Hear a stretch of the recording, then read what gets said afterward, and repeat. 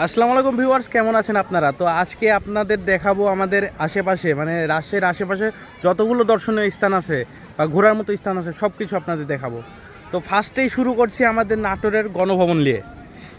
এই যে এটা হলো আমাদের নাটোরের গণভবন আর কি। ভিউয়ার্স, সকাল সকাল বের হয়ে আর কি গাড়ি নিয়ে চলে এসেছি ঘুরতে। তো আজকে ঈদের দ্বিতীয় দিন, সব জায়গায় ঘুরে বেড়াবো ভিউয়ার্স, যত জায়গা আছে ঘোরার মতো আশেপাশে। ভাবছিলাম বগুড়া যাব মোমো এনে, কিন্তু একটু দূরের রাস্তা তো সবাই বলছে যে অত দূরে যাবো না, একটু আশেপাশে যতগুলো দর্শনীয় জায়গা আছে সব জায়গায় ঘুরবো সারাদিন। তো চলে আসছি গণভবনের জন্য। ঈদের দ্বিতীয় দিন তো এর জন্য মানে অনেক মানুষ আসছে। বিকেল হলে সম্ভবত এর থেকে আরও ডবল মানুষ আসবে। তো ভিউয়ার্স, আমরা ঘুরতে থাকি, আপনাদেরও সব কিছু দেখাতে থাকি।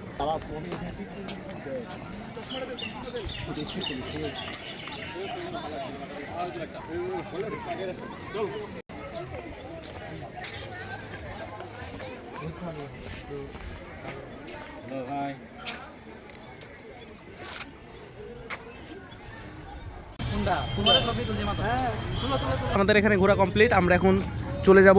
এই চলো, লালপুরের উদ্দেশ্যে রওনা দিয়েছি দুপুরে 1টা বাজে। তো একটু রেস্ট নিচ্ছি, মানে সাইডে দাঁড়াইছি আর কি প্রাকৃতিক পরিবেশের ভিতরে। এই যে এটা হলো আমাদের রাস্তা, এই রাস্তা দিয়ে গেলে এই পাশে দিয়ে সোজা গেলে লালপুর পাওয়া যাবে। হ্যাঁ, তো আমরা এখানে এলো এই যে প্রাকৃতিক পরিবেশের ভিতরে। ও ভিউটা দেখছেন ভিউয়ার্স, একদম অসাম।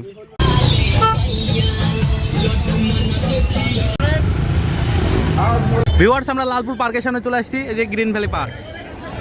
তো ভিউয়ার্স, আমরা ভিতরে যাব না, কারণ ভিউয়ার্স অনেক ভিড়, আবার আমাদের বাইক আছে, বাইকগুলো থুতে আবার টাকা লাগবে। ভিউয়ার্স, টাকা শর্ট আছে, তো আসছি এ পর্যন্ত তেল আছে, ঘুরতে আসছি, হয়ে গেছে, এটাই অনেক।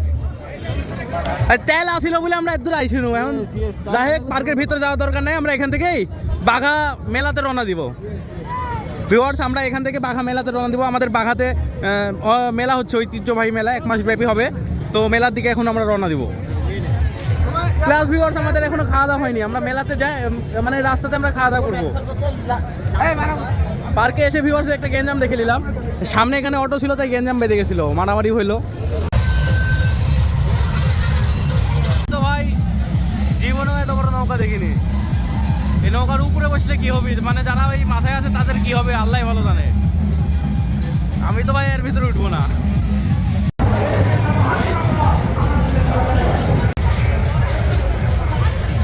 ভিউয়ার্স, দেখতেই পাচ্ছেন আমরা বাঘা মসজিদে চলে আসছি।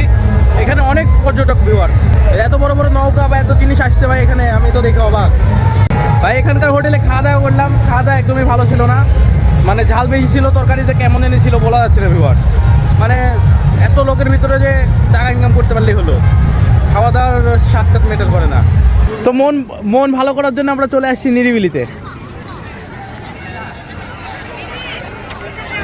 এত যে মানুষ হবে কখনো ভাবতেই পারিনি। আমাদের এখানে যে এরকম ভিড় হয় আজ পর্যন্ত আমি কোনোদিন নিরিবিলিতে আসি দেখিনি, এবারই প্রথম দেখলাম যে এত ভিড়, এত মানুষ। চলো চলো চলো ভাই, আমার এই জুয়া খেলা দেখি মাথা ঘুরি গেছে, আমার আর এই খেলা ভালো লাগছে না।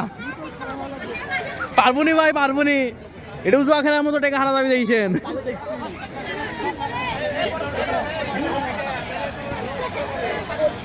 হইলো হইলো, কয় টাকার কিনলে তুমি? কয় টাকার কিনলো লেমন? 30 টাকা লস, এটুকু আমরা।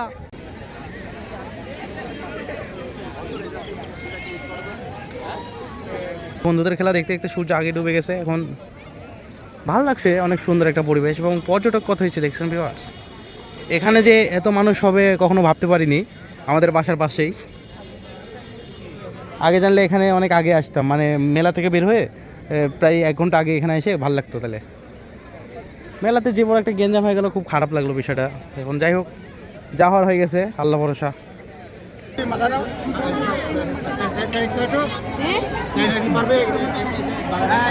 মেহেদি কি পারবে? কই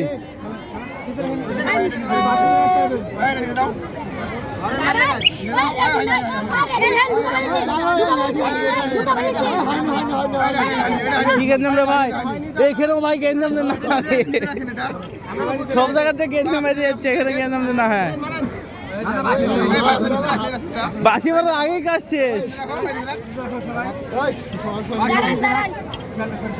হ্যাঁ